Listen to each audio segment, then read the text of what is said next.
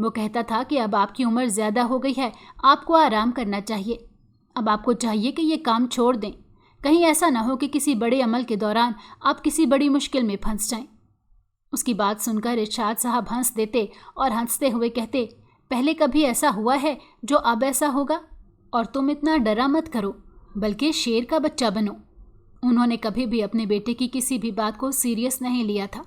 وہ اچھی طرح جانتے تھے کہ ان کا بیٹا ان کی بہت فکر کرتا ہے۔ ارشاد صاحب اپنے گھر میں واپس آئے۔ جیسے ہی وہ گھر کے اندر داخل ہوئے، سارا بھاگتی ہوئی اپنے دادا کے پاس گئی۔ وہ اپنے دادا سے سب سے زیادہ قریب تھی۔ بچپن میں بھی وہ اپنے دوستوں کے ساتھ کھیلنے کی بجائے اپنے دادا سے کہانیاں سنا کرتی تھی، اور اس کے دادا اسے اپنے زمانے کی سچی کہانیاں سنایا کرتے تھے۔ بعض اوقات وہ سارا کو ایسی باتیں بھی بتاتے جن کے بارے میں انہوں نے کبھی کسی سے ذکر نہیں کیا تھا، اور سارا ان سے وعدہ لے کر وہ تمام باتیں جان لیتی۔ یہی وجہ تھی کہ بچپن سے ہی جنات کے بارے میں سن سن کر سارا کے دل میں یہ خواہش پیدا ہو گئی تھی کہ وہ بھی کسی جن کو قابو کرے۔ جنات کو قابو میں رکھ کر وہ اس سے اپنے سارے کام کروا سکتی تھی۔ یہ سوچ کر ہی اسے بے انتہا خوشی ملتی تھی۔ لیکن جب اس نے اس بارے میں اپنے دادا سے بات کی تو انہوں نے نہ صرف صاف انکار کر دیا بلکہ ڈانٹا بھی کہ ایسے سوچنا بھی نہیں۔ اس کے بعد سارا مایوس ہو گئی۔ پھر انہوں نے سارا کو سمجھاتے ہوئے کہا کہ یہ بہت بڑی ذمہ داری ہے۔ بعض اوقات ایسا ہوتا ہے کہ جنات ہمارے دشمن بن جاتے ہیں، اور جب ایک بار جنات ہمارے دشمن بن جائیں پھر کوئی بھی ہمیں ان سے نہیں بچا پاتا۔ میں نے بعض جنات کو پورے خاندان کو تباہ کرتے ہوئے دیکھا ہے۔ سارا ان کے بات سن کر خاموش ہو گئی اور اپنی اسی خواہش کو اپنے سینے میں ہی دبا لیا۔ سارا کی عمر 16 سال ہو چکی تھی۔ اس نے اسکول کے بعد کالج میں داخلہ لے لیا۔ جب لڑکیوں کو پتہ چلتا کہ سارا کے دادا بہت بڑے عامل ہیں، وہ بھاگی ہوئی سارا کے پاس آتی۔ وہ یہ سمجھتی تھی، سارا بھی انہیں جوش کے ساتھ بتاتی تھی کہ کیسے اس کے دادا جنات کو قابو کرتے ہیں اور لوگوں کے اندر داخل ہوئے شیطانی جنات کو باہر نکالتے ہیں اور لوگوں کی مدد کرتے ہیں۔ ارشاد صاحب نے سارا کے سر پر ہاتھ پھیرا اور ہمیشہ کی طرح اسے دعا دی۔ دادا، آپ تو مجھے بالکل ہی بھول گئے ہیں، سارا نے شکایتی انداز میں کہا۔ اس کے اس انداز پر ارشاد صاحب مسکرا دیے اور کہا کہ کوئی اپنے جگر کے ٹوٹے کو بھی بھول سکتا ہے؟ بس کام تھوڑا زیادہ ہے، اس وجہ سے میں وقت نہیں دے پا رہا، لیکن میں وعدہ کرتا ہوں کہ 2 دن کے بعد میرا سارا وقت تمہارے نام ہوگا۔ پھر ہم جی بھر کر باتیں کریں گے اور وہ تمام باتیں تمہاری مرضی کی ہوں گی۔ تم مجھ سے جس موضوع پر چاہے باتیں کر سکتی ہو۔ ارشاد صاحب بخوبی جانتے تھے کہ ان کی پوتی باتوں کی کس قدر شوقین ہے، اور انہیں پتہ بھی تھا کہ اسے جنات کے متعلق باتیں کرنے کا ہی شوق ہے۔ ارشاد صاحب کچھ دنوں سے بیمار رہنے لگے تھے۔ کچھ دن پہلے انہوں نے ایک طاقتور جن کو قابو کیا تھا جس سے ان کی صحت پر برا اثر ڈالا تھا۔ ان کی حالت ایسی ہو گئی تھی کہ وہ اٹھ کر پانی بھی نہیں پی سکتے تھے۔ انہیں لگا کہ ان کا آخری وقت آ گیا ہے۔ ان کے قابو میں جنات بھی خوش ہو گئے کہ جلد ہی وہ آزاد ہو جائیں گے، لیکن پھر ایک دم سے وہ بالکل صحت یاب ہو گئے۔ ان کے سب سے بڑے بیٹے نے انہیں خاص تاکید کی، بابا، میں آپ کو آخری بار کہہ رہا ہوں کہ اب آپ نے کوئی بھی ایسا عمل نہیں کرنا جس سے آپ کی صحت پر اثر پڑے۔ میں آپ کو نہیں کھونا چاہتا۔ بس پردہ وہ یہ کہنا چاہتا تھا کہ میں اپنے خاندان کو خطرے میں نہیں ڈالنا چاہتا۔ ارشاد صاحب اس کی بات کے پیچھے چھپا ہوا مطلب سمجھ گئے تھے۔ وہ ہولے سے مسکرا دی اور کہنے لگے کہ فکر مت کرو۔ کچھ دن بعد ارشاد صاحب کے پاس ایک بچہ آیا جس کی حالت بہت خراب تھی۔ شاہ صاحب نے جب اس کے والد سے پوچھا تو اس نے کہا اس کے اندر ایک جن داخل ہو گیا ہے جس نے نہ صرف اس کا بلکہ ہمارا جینا حرام کر دیا ہے۔ میں ہر عامل کے پاس جا چکا ہوں، لیکن جس بھی عامل کے پاس جاتا ہوں یہ جن اسے بھی جان سے مار دیتا ہے۔ میں نے آپ کا بہت نام سنا ہے، اسی لیے میں اب آپ کے پاس آیا ہوں۔ مہربانی کر کے میری مدد کر دیں، میں بہت مجبور اور بے بس ہوں۔ مجھے سمجھ نہیں آ رہا کہ میں ایسے حالات میں کیا کروں۔ یہ ہماری سوچ سے بھی زیادہ طاقتور اور چالاک جن ہے۔ ارشاد صاحب آنکھیں بند کر کے عمل کرنے لگے۔ کچھ ہی لمحوں بعد وہ جن ان کے سامنے حاضر ہو گیا۔ کون ہو تم اور اس بچے کو کیوں تنگ کر رہے ہو؟ ارشاد صاحب نے اس سے روبدار آواز میں پوچھا۔ اس نے کوئی جواب نہیں دیا بلکہ ارشاد صاحب کی آنکھوں میں آنکھیں ڈال کر انہیں گھورنے لگا۔ ارشاد صاحب نے اسے دوبارہ سوال کیا، میں تم سے دوسری بار پوچھ رہا ہوں کہ تم کون ہو اور اس سے کیا چاہتے ہو؟ اس معصوم بچے نے تمہارا کیا بگاڑا ہے؟ لیکن وہ جن کوئی بھی جواب نہیں دے رہا تھا۔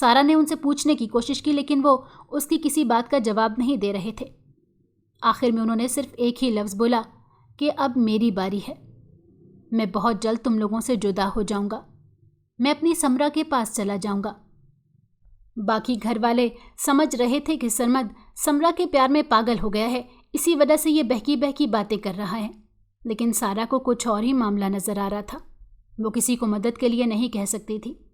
ارسلان تایا کا اس نے انجام دیکھ لیا تھا اور اب عجیب و غریب واقعات ہونے لگے تھے۔ سارا صحن میں بیٹھے کام کر رہی تھی کہ اچانک اسے چیخ کی آواز سنائی دی۔ سارا اس چیخ کی آواز پر چونک گئی۔ آواز اس کے لیے انجانی تھی۔ اچانک اس کا دل خوف سے دھڑکنے لگا۔ سارا خاموشی سے بیٹھی اپنا کام کرتی رہی لیکن آواز دوبارہ آئی۔ اب سارا کو تجسس ہونے لگا تھا۔ سارا وہاں سے اٹھی اور آواز کے پیچھے جانے لگی۔ آواز چھت سے آ رہی تھی۔ چھت پر پہنچنے کے بعد سارا نے آس پاس دیکھا لیکن اسے کوئی بھی نظر نہیں آ رہا تھا۔ سارا نے آواز دی لیکن اس آواز کا بھی کوئی جواب نہیں آیا۔ اچانک سارا کی نظر ایک لڑکے پر پڑی۔ وہ اس کی طرف پیٹھ کیے کھڑا تھا۔ سارا کے رونگٹے کھڑے ہو گئے کیونکہ اس سے پہلے وہ وہاں پر موجود نہیں تھا۔ ابھی نہ جانے وہ کہاں سے آ گیا۔ اسے شدت سے غلط ہونے کا احساس ہو رہا تھا۔ اس کا دل کیا کہ وہ یہاں سے بھاگ جائے لیکن لگتا تھا کہ اس کے قدم زمین پر جم گئے ہوں۔ کوئی غیر مرئی طاقت تھی جو اسے روکنے کی کوشش کر رہی تھی۔ وہ چاہ کر بھی ہل نہیں پا رہی تھی۔ اس کے قدم خود بخود اس لڑکے کی طرف بڑھنے لگے۔ سارا کی آنکھیں دہشت سے لال ہو رہی تھیں اور اس کا پورا جسم خوف سے ٹھنڈا پڑ رہا تھا۔ اسے تھوڑے ہی فاصلے پر پہنچ کر سارا کے قدم خود بخود رک گئے۔ تمہارے دادا نے اچھا نہیں کیا؟ اچانک اسے اس لڑکے کی آواز سنائی دی۔ سارا سمجھ گئی یہ وہی ہے جو اس کے تمام گھر والوں کو ایک ایک کر کے مار رہا ہے۔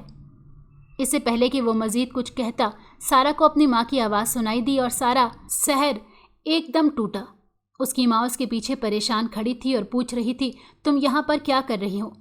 سارا رونے لگی اور اپنی ماں کے گلے لگ گئی۔ اس نے اپنی ماں کو ساری بات بتائی۔ اس کی ماں بھی یہ سن کر پریشان ہو گئی۔ سرمد کی حالت ابھی تک نہیں سنبھلی تھی۔ وہ ابھی تک ایک ہی جگہ پر بیٹھا ہوا تھا جبکہ ارسلان صاحب کی دونوں ٹانگیں ٹوٹ چکی تھی، جس کی وجہ سے کاروبار کا نقصان ہو رہا تھا۔ گھر کے حالات بھی پہلے جیسے نہیں رہے تھے۔ سارا کی امی بڑی مشکل سے سرمد کو اس کے کمرے میں چھوڑ کر آئیں اور آرام کرنے کا بولا۔ سرمد سویا ہوا تھا کہ رات کو اچانک پیاس کے احساس سے اس کی آنکھ کھل گئی۔ اس نے ہاتھ بھر کر جگ اٹھانا چاہا لیکن وہاں سے جگ غائب تھا۔ سرمد اٹھ کر وہیں بیٹھ گیا۔ اس کو اپنی بیوی کی یاد دوبارہ آنے لگی اور وہ دوبارہ رونے لگا۔ اچانک اسے محسوس ہوا جیسے وہ تنہا نہیں ہے بلکہ اس کے ساتھ کوئی اور بھی موجود ہے۔ یہ احساس خوفزدہ کرنے والا تھا، لیکن سرمد نے ہمت کر کے جب سامنے دیکھا، اس کی حیرت کی انتہا نہ رہی کیونکہ اس کی بیوی سامنے ہی سجی سنوری بیٹھی تھی۔ سمرا، اس کے لب خاموشی سے ہلے۔ میں جانتا تھا کہ تم مجھے چھوڑ کر نہیں جا سکتی، میں جانتا تھا کہ تم زندہ ہو۔ وہ اٹھ کر سمرا کے پاس گیا اور اس کے سامنے قدموں پر بیٹھ گیا، جبکہ سمرا خاموش نظروں سے اسے دیکھ رہی تھی۔ ابھی تک اس کے منہ سے ایک لفظ بھی نہیں بولا تھا۔ دیکھتے ہی دیکھتے سمرا کے چہرے کے نقوش بگڑنے لگے اور اس کی جگہ ایک خوفناک چہرے نے لے لی۔ یہ دیکھ کر سرمد ایک جھٹکے سے پیچھے ہٹا۔ وہ بھاگ کر دروازے کے سامنے ہی پہنچا تھا کہ سمرا کے ہاتھ لمبے ہو کر اس کی گردن تک پہنچ گئے اور اس کا جسم ہوا میں لہرانے لگا۔ وہ خود کو چھڑوانے کی کوشش کر رہا تھا لیکن گرفت بہت مضبوط تھی۔ دیکھتے ہی دیکھتے سرمد کا جسم ٹھنڈا پڑ گیا اور سمرا وہاں سے غائب ہو گئی۔ صبح معمول کی طرح سب گھر والے اٹھے لیکن سرمد کے کمرے کا دروازہ ابھی تک بند تھا۔ سارا نے کہا، میں چاچو کو جا کر اٹھاتی ہوں۔ اس کی امی بولی، چاچو کو آرام کرنے دو، اتنے عرصے بعد وہ سویا ہے۔ لیکن کوئی بھی نہیں جانتا تھا کہ اندر حالات کیا ہیں۔ اسی میں شام کے 5 بج گئے لیکن ابھی تک سرمد کے کمرے کا دروازہ نہیں کھلا تھا۔ اب باقی گھر والوں کو بھی اس کی فکر ہونے لگی تھی۔ اپنی کزن کو بول کر سارا نے وہ دروازہ کھول دیا لیکن اندر کا منظر دیکھ کر سب نے اپنے منہ پر ہاتھ رکھ لیے۔ سرمد کا بے جان وجود فرش پر پڑا ہوا تھا۔ سارا دھاڑے مار مار کر رونے لگی۔ ہر ایک کو اپنا انجام صاف نظر آ رہا تھا۔ کچھ ٹائم بعد ان کی وہی حالت ہونی تھی، یہ سوچ کر ہی ان کی روح تک لرز جاتی تھی۔ سرمد کی موت کے کچھ دن بعد سب اکٹھے بیٹھے ہوئے تھے کہ ارسلان صاحب بولے کہ ہماری ساری نسل کو مٹا دے گا، اس سے پہلے ہمیں کچھ کرنا ہوگا، ہمیں اس سے پیچھا چھڑوانا ہوگا۔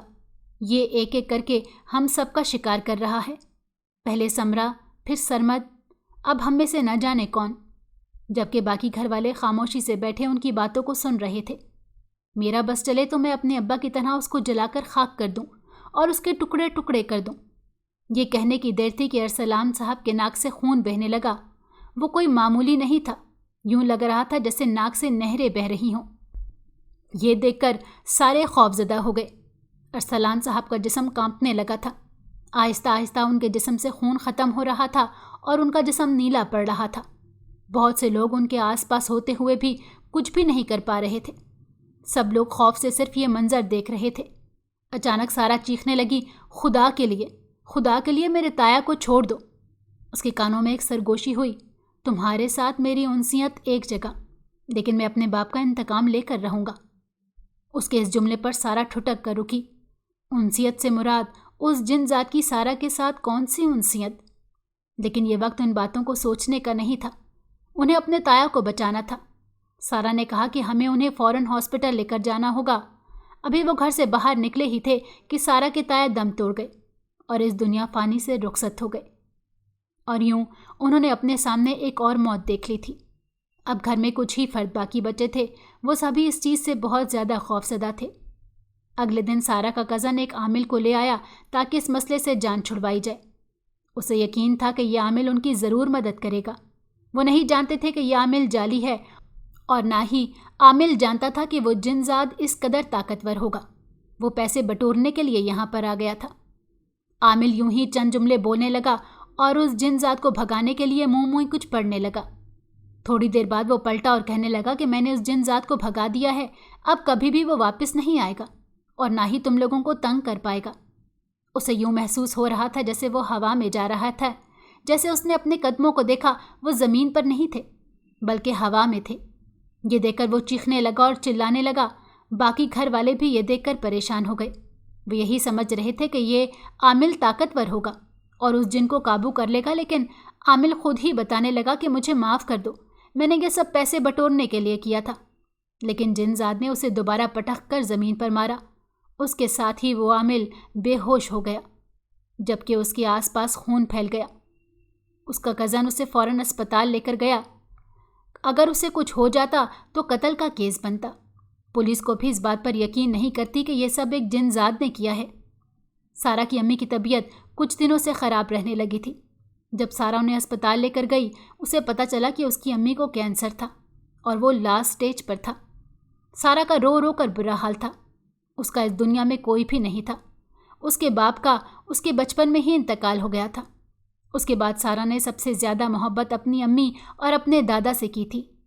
پہلے اس کے دادا اس دنیا سے چلے گئے اور اب اس کی امی اسے چھوڑ کر جا رہی تھی۔ سارا دن رات روتی رہتی اور اللہ تعالیٰ سے دعائیں کرتی رہتی۔ ایک دن سارا کو وہ لڑکا اپنے گھر میں دوبارہ دکھائی دیا۔ سارا روتے ہوئے اس کے پاس گئی اور اس کی منتیں کرنے لگی، خدا کے لیے میری امی کو چھوڑ دو، میری امی کو مت مارو۔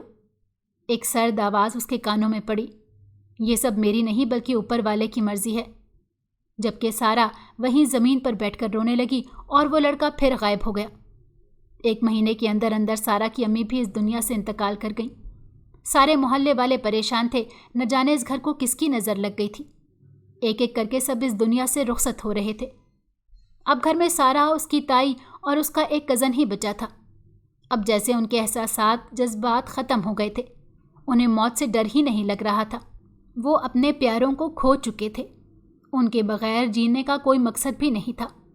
سارا یہی دعا کر رہی تھی کہ اب کی بار جن زاد اسے آ کر قتل کر دے، لیکن اس کا یہ خواب ہی رہ گیا۔ آج سارا کا کزن بہت خوش تھا۔ اس کی گریجویشن مکمل ہو گئی تھی اور وہ اپنی ڈگری لینے کے لیے جا رہا تھا۔ اس نے اپنی امی کو بھی ساتھ جانے کا کہا، لیکن اس کی ماں نے انکار کر دیا۔ سارا کی تائی نے اپنے بیٹے کو 2-3 بار جانے سے روکا اور کہا کہ آج میرا دل گھبرا رہا ہے، آج نہ جاؤ، مجھے لگ رہا ہے کہ ضرور کچھ غلط ہوگا۔ لیکن ان کے بیٹے نے انہیں تسلی دی اور وہاں سے چلا گیا۔ اور اس کی تائی کو دن کے وقت خبر ملی کہ علی کا انتقال ہو گیا ہے۔ یہ خبر دونوں پر پہاڑ بن کر گری۔ اس کی تائی وہیں زمین پر بیٹھ کر بین کرنے لگی اور اپنا سینہ پیٹنے لگی۔ سارا کے لیے اپنی تائی کو سنبھالنا مشکل ہو رہا تھا۔ ان پر غشی کے دورے پڑ رہے تھے۔ گھر میں اب کوئی مرد بھی نہیں تھا جو سنبھالنے میں اس کی مدد کرتا۔ اس نے پڑوس میں سے ایک عورت کو بلایا اور اسے تائی کا خیال رکھنے کا کہا اور خود اسپتال چلی گئی۔ ہسپتال پہنچ کر جب اس نے اپنی کزن کی حالت دیکھی، اسے لگا وہ اگلی سانس نہیں لے پائے گی۔ اس کا جسم یوں لگ رہا تھا جیسے ٹکڑے ٹکڑے ہو گیا ہو۔ اس کا بہت بری طرح ایکسیڈنٹ ہوا تھا۔ اپنے بیٹے کی موت کے بعد اس کی تائی بالکل خاموش ہو گئی۔ وہ ہر وقت ایک جگہ پر بیٹھی سوچتی رہتی اور کبھی زور زور سے چلانے لگتی، آ کر مجھے بھی مار دو، تم نے میرے خاندان کو ختم کر دیا ہے، اب میرے بھی جینے کا کوئی فائدہ نہیں ہے۔ سارا انہیں دیکھ کر روتی رہتی، وہ کچھ بھی نہیں کر سکتی تھی۔ 1 ہفتے کا وقت گزر گیا تھا اور اب گھر میں وہ دونوں ہی باقی بچے تھے۔ سارا سوچ رہی تھی کہ ضرور اگلی باری اس کی ہوگی، اب وہ جنزاد آ کر اسے قتل کرے گا۔ لیکن وقت یوں ہی گزرتا جا رہا تھا، ہر طرف خاموشی ہی خاموشی تھی، اور اسی خاموشی میں ایک دن سارا کی تائی بھی انتقال کر گئی۔ اب سارا اس فانی دنیا میں اکیلی رہ گئی تھی، اس کا یہاں پر کوئی بھی نہیں بچا تھا۔ سارا کے ماموں آ کر سارا کو یہاں سے لے گئے۔ سارا ان کے ساتھ جانے کے لیے تیار نہیں تھی، کیونکہ وہ یہی سمجھ رہی تھی کہ اگر وہ ان کے ساتھ گئی تو کہیں جنزاد ان کا بھی دشمن نہ بن جائے۔ وہ اپنی وجہ سے اپنے خاندان کو مشکل میں نہیں ڈالنا چاہتی تھی۔ آگے ہی وہ اپنے پیاروں کو کھو چکی تھی، اب اس میں اتنی ہمت نہیں تھی۔ لیکن وہاں جا کر 1 مہینہ گزر گیا، سارا کے ساتھ اب بھی کچھ نہ ہوا۔ اس کے ماموں گاؤں میں رہتے تھے۔ ان کی گاؤں میں ایک بہت بڑی حویلی تھی، جبکہ ان کے گھر کے چند ہی افراد تھے۔ سارا دیکھ رہی تھی کہ اس کا کزن اسے پسند کرنے لگا تھا۔ سارا جہاں بھی بیٹھی ہوتی وہ وہاں پر آ کر بیٹھ جاتا اور سارا سے باتیں کرنے کی کوشش کرتا۔ وہ اس کی آنکھوں میں اپنے لیے پسندیدگی صاف دیکھ سکتی تھی۔ سارا بھی اسے پسند کرتی تھی، لیکن وہ اس کی طرف کوئی قدم نہیں بڑھا رہی تھی۔ وہ اس جنزاد سے ابھی تک خوف زدہ تھی۔ وہ یہی سوچ رہی تھی کہ اگر اس میں اپنے کزن کے لیے کسی قسم کی حامی بھری تو وہ جنزاد اس کے کزن کو بھی مار دے گا۔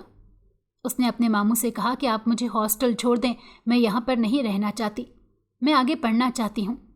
اس کی بات سن کر اس کے ماموں حیران ہو گئے کہ اچانک اسے پڑھنے کی کیا سوجی، لیکن انہوں نے اس بارے میں کچھ بھی نہیں کہا اور سارا کا داخلہ ایک یونیورسٹی میں کروا دیا۔ سارا کو 1 ہفتے کے بعد یہاں سے نکلنا تھا اور وہ خوش بھی تھی۔ وہ یہی دعا کر رہی تھی کہ اسے 1 ہفتے میں یہاں پر ایسا کچھ بھی نہ ہو۔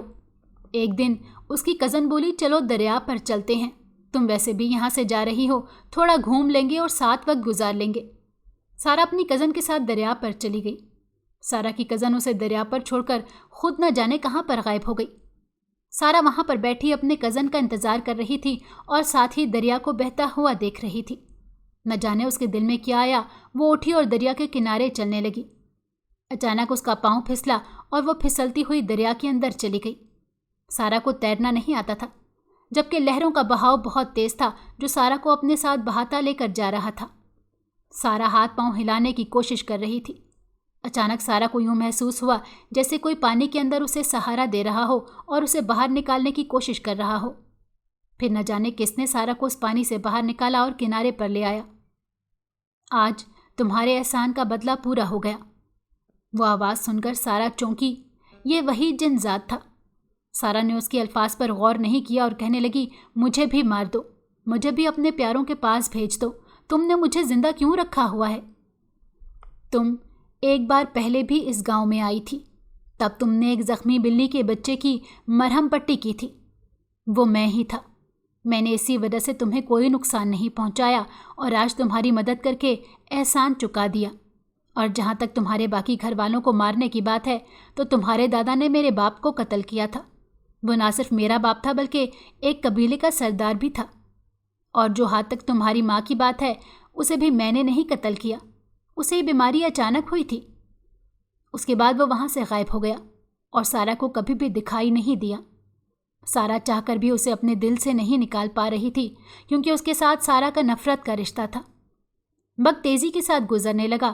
سارا نے اپنی یونیورسٹی کی پڑھائی مکمل کر لی۔ اسی دوران سارا کے ماموں نے اپنے بیٹے کے ساتھ سارا کا رشتہ طے کر دیا، لیکن سارا ابھی بھی ویسے ہی اداس رہتی تھی۔ وہ اپنے پیاروں کو نہیں بھول سکتی تھی اور نہ ہی ان کا انجام اسے بھولتا تھا۔ کبھی کبھار سارا سوچتی کہ اگر جنزاد نے واقعی وہ بدلہ چکانا تھا تو وہ اس کے گھر والوں کو بھی بخش دیتا، اور وہ یہ صرف سوچ ہی سکتی تھی، کیونکہ اس کے بعد کبھی بھی اسے اس جنزاد کی موجودگی محسوس نہیں ہوئی۔ اس بات کو ایک لمبا عرصہ گزر چکا تھا۔ سارا کی شادی ہو چکی تھی۔ آپ کو ہماری کہانی اللہ تعالیٰ نے اسے 2 بیٹوں سے نوازا تھا۔ کریں اور سارا اپنی زندگی میں بیل بہت خوش تھی۔ نوٹیفیکیشن کو بھی آن اسے کر دیں پیار کرنے والا تاکہ شوہر ہماری ملا آنے تھا۔ والی ہر مزیدار کہانی آپ کو وقت پر ملتی رہے۔